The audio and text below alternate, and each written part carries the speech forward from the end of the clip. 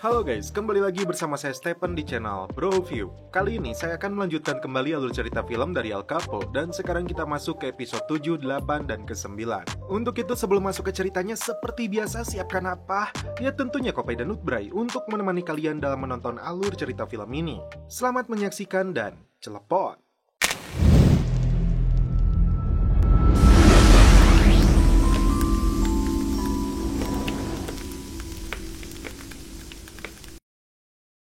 Di awal film, diperlihatkan El Capo dibawa militer Guatemala untuk diserahkan kepada militer Meksiko yang dipimpin langsung oleh Jenderal Blanco. Bienvenido a México. Tak hanya Capo, anak buahnya Tono dan pacarnya El Capo yang bernama Chio akan diekstradisi kembali ke Meksiko.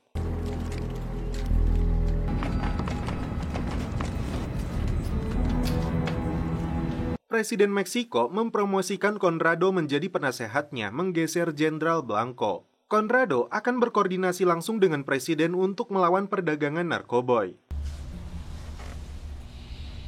Tugas pertamanya adalah melakukan konferensi pers di penjara Almoloya terkait penangkapan El Capo sebagai penguasa obat terlarang, yang berhasil diungkap oleh pemerintah Meksiko. Sementara itu, Amado yang berada di atas pesawat dengan leluasa menyelundupkan narkoboynya. Capo mencoba melakukan negosiasi dengan Blanco terkait wakil jaksa agung yang masuk dalam daftar orang yang disuapnya dengan nilai $1 juta tiap 2 bulan. Blanco tidak gentar karena wakil jaksa agung tidak ada hubungannya dengan presiden. Capo teringat dengan berkas yang dia ambil dari tangan Livas. Muncul nama Ignacio Larrazolo, teman dekat saudara presiden. Mendengar nama itu, Blanco langsung menghubungi presiden. Conrado yang baru tiba di penjara Super Maximo Meksiko itu mendapat tugas khusus dari presiden.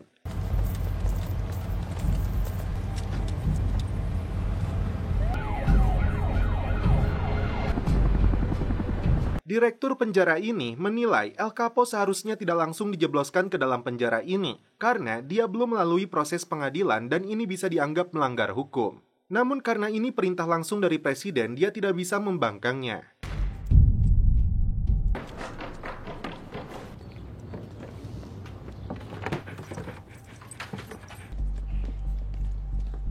Singkat cerita, El Capo tiba di penjara ini.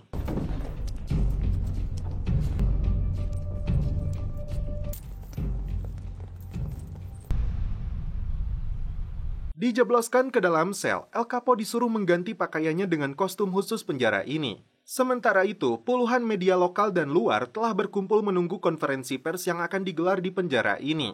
Jenderal Blanco sebelumnya sudah mempersiapkan diri untuk acara penting ini. Namun ternyata Presiden langsung menariknya ke Los Pinos dan menyerahkan konferensi pers itu kepada Conrado. Seketika Blanco sangat kecewa.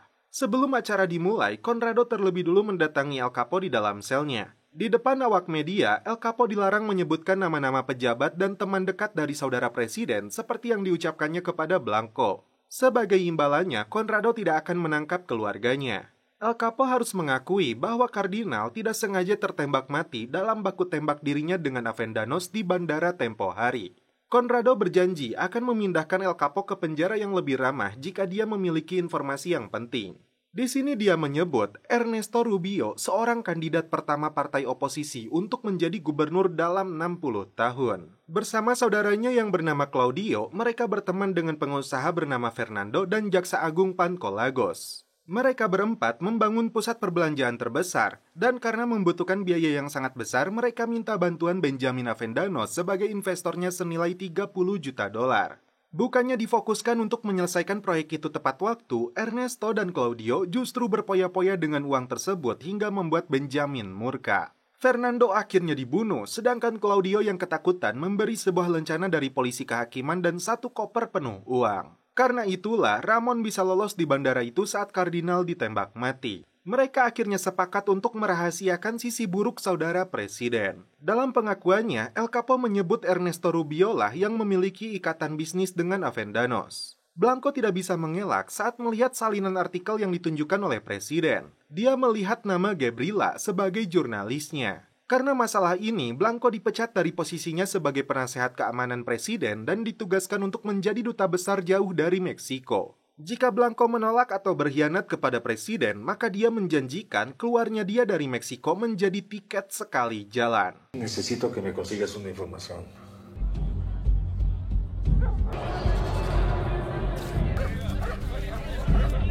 Saat konferensi pers pengakuan El Capo yang digelar secara langsung, keluarga El Capo termasuk seluruh bos kartel Meksiko menyaksikan tayangan ini.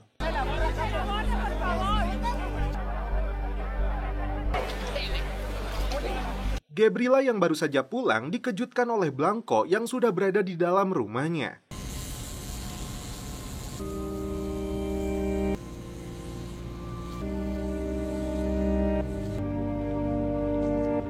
Setelah menjalani proses pemotongan rambut, kepala penjaga menegaskan aturan di dalam penjara La Palma ini harus ditaati oleh El Capo.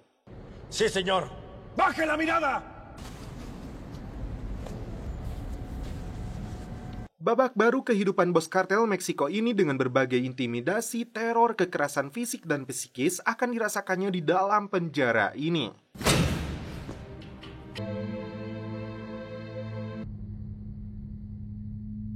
Namun setelah itu film pun berlanjut ke episode 8. Gabriela mengaku mendapatkan salinan artikel itu dari Conrado, dan setelah itu Blanco langsung membunuhnya. Malam pertama mendekam dalam penjara, El Capo harus membiasakan diri bangun pagi dengan menu sarapan seadanya khas penjara. Setelah itu, dia diperbolehkan memasuki lapangan namun dilarang menatap ke atas.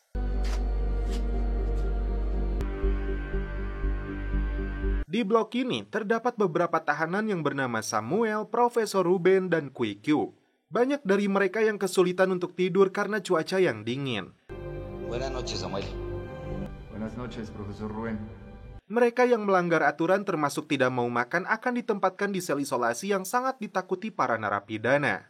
¿Entendido? Sí, señor. Aturan dalam penjara ini begitu ketat, bahkan Ruben tidak diperbolehkan menerima surat-surat yang dikirimkan putrinya. Aquí todo está prohibido, Chapo.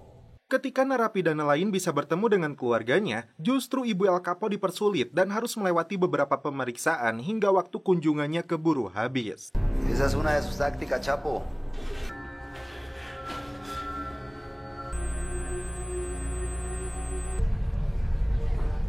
Hanya Laura yang boleh bertemu dengannya. Laura juga mengatakan jika Conrado akan menepati janjinya untuk memindahkan El Capo ke penjara biasa. Namun, dia harus menunggu setidaknya 1 tahun. Setelah berita terbunuhnya Gabriela tersebar, Conrado was-was karena dia yakin Blanco lah pelakunya. Dia melihat seseorang di dalam mobil yang tidak dikenal mengintai depan rumahnya. Conrado berpura-pura pergi dari rumahnya. Blanco lalu menyusup untuk mencari dokumen asli bukti kejahatannya.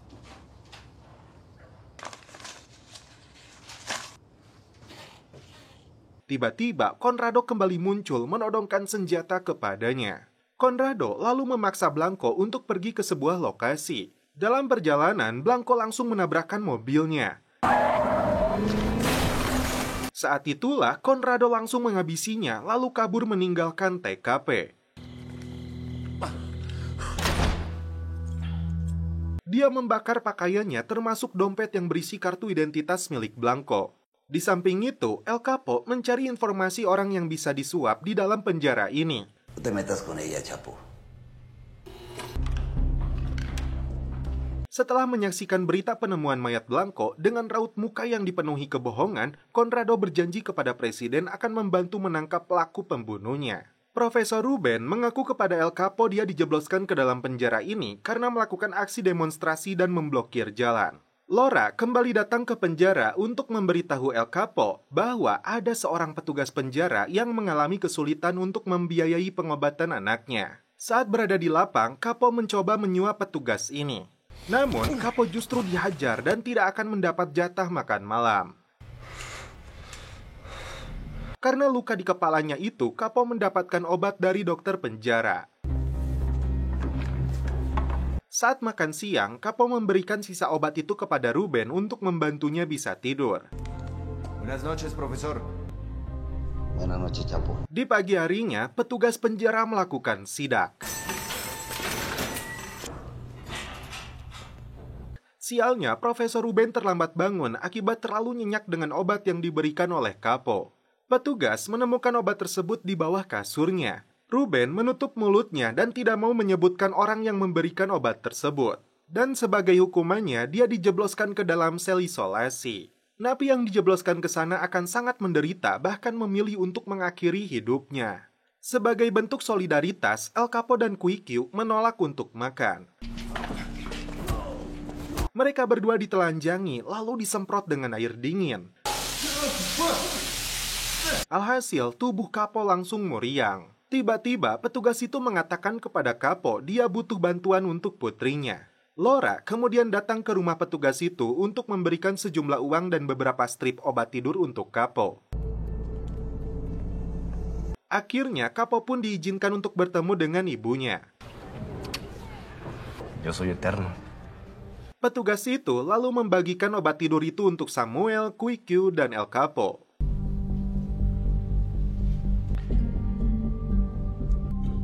Buenas noches, Chapo. Menu sarapan yang dia dapatkan pun jauh lebih baik. Ruben sendiri dikembalikan ke dalam selnya, meskipun kondisinya masih terpuruk. Tak diduga, profesor ini mencoba melakukan aksi bunuh diri jika saja Capo dan tahanan lainnya terlambat memanggil petugas.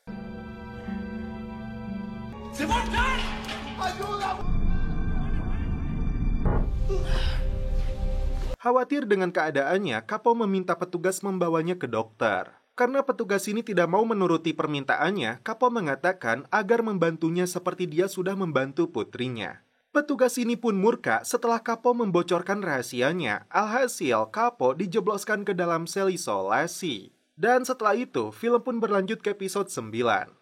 Sebulan sudah Capo mendekam di dalam sel gelap itu. Petugas itu datang membacakan surat dari istri pertamanya jika dia telah menikah lagi karena terlalu lama menunggu kebebasannya. Belum jelas kebenaran isi suratnya karena Capo tidak diperbolehkan memegangnya. Tapi yang pasti, mental dan psikologis Capo benar-benar diuji di dalam sel ini. Capo lalu dibawa menemui kepala penjara yang ternyata adalah seorang wanita. Capo berjanji untuk menjalani kehidupan yang berbeda dan melupakan segala kemewahan dan kekuasaan sebagai raja obat bius. Tak percaya dengan ucapannya, Capo kembali dijebloskan ke dalam sel isolasi selama sebulan lagi. Sebuah pengeras suara sengaja dibunyikan di depan selnya untuk menghancurkan psikologis Capo.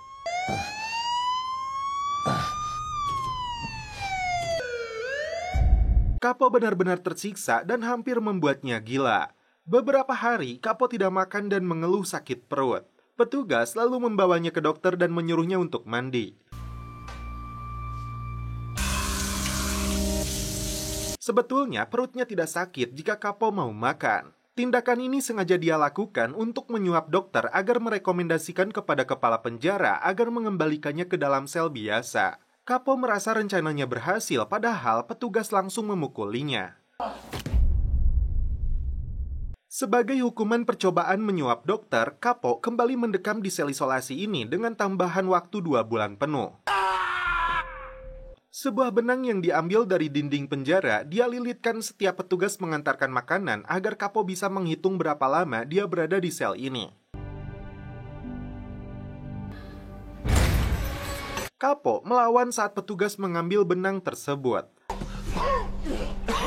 Akibatnya, Capo dipasangi kostum khusus agar tangannya tidak bisa bergerak. Saat dirinya hanya bisa berbaring, kisah masa lalu Capo terungkap di sini. Saat masih remaja, Capo bekerja di sebuah ladang opi milik bos kartel bernama Pedro. Ketika panen opi, Capo mendapatkan bayaran pertama yang langsung diberikan kepada ibunya. Dia menyuruh Capo untuk menyembunyikan uang tersebut agar tidak diketahui ayahnya.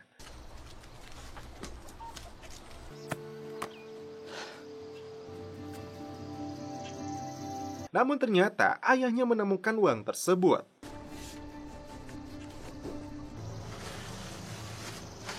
Keesokan harinya, Capo bermaksud untuk pergi ke ladang, tapi karena skopnya rusak, dia mampir ke toko untuk membeli yang baru. Saat itulah dia melihat mobil mewah yang digunakan bos Pedro melintas di depannya.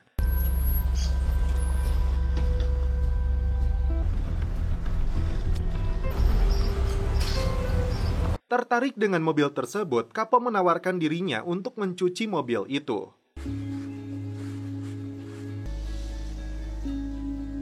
Mobil tersebut tampak lebih kinclong, lalu dia masuk dan melihat kuncinya tergantung. Karena ingin mencoba mobil itu, Capo nekat tancap gas. Alhasil, anak buah Pedro langsung mengejarnya. Capo tersenyum saat mengingat kejadian ini. Setelah berhasil ditangkap, Capo dibawa ke hadapan Pedro. Dia mengaku tidak bermaksud mencuri mobilnya, tapi ingin memilikinya juga. Meskipun sudah bekerja kepadanya, Capo menginginkan pekerjaan yang lebih dan apapun akan dia lakukan. Pedro tertarik dengan keberanian anak ini. Malam itu, Capo diantar anak buah Pedro ke rumah targetnya. Bájate.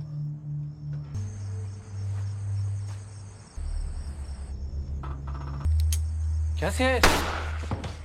Karena berhasil melewati ujian tersebut, Capo secara resmi diterima sebagai anggota organisasi kartel Pedro. Dalam acara pesta itu, hadir beberapa agen DEA, para politisi yang disebut bajingan sejati, hingga militer yang jadi antek-antek kartel ini.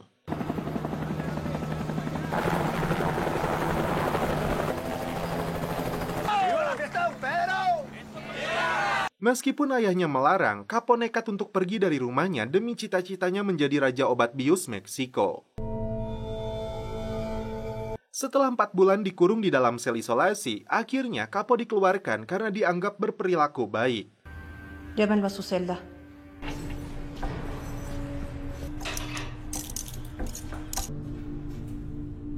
Chapo. Teman satu bloknya mengira Capo sudah meninggal. Setelah membersihkan diri dan mencukur rambutnya, temannya memberitahu jika Profesor Ruben tidak pernah terlihat lagi. Menurut informasi, dia dibawa ke daerah khusus. Joaquín, Guzmán lo era. Capo lalu mengajukan dirinya untuk bekerja di penjara ini menjadi petugas kebersihan. Contenedor del patio. Saat membuang sampah itu, dia melihat sebuah truk membawa bahan makanan ke penjara ini.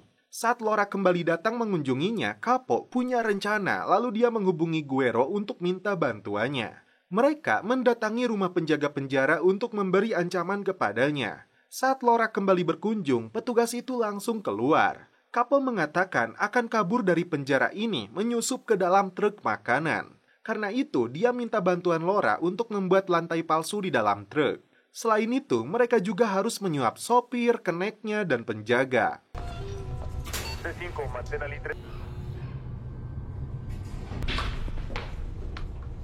Capo tidak menduga pembicaraannya dengan Laura direkam petugas. Dia terlalu menganggap remeh penjara super maksimum ini. Dan akibatnya, Capo kembali dijebloskan ke dalam sel isolasi.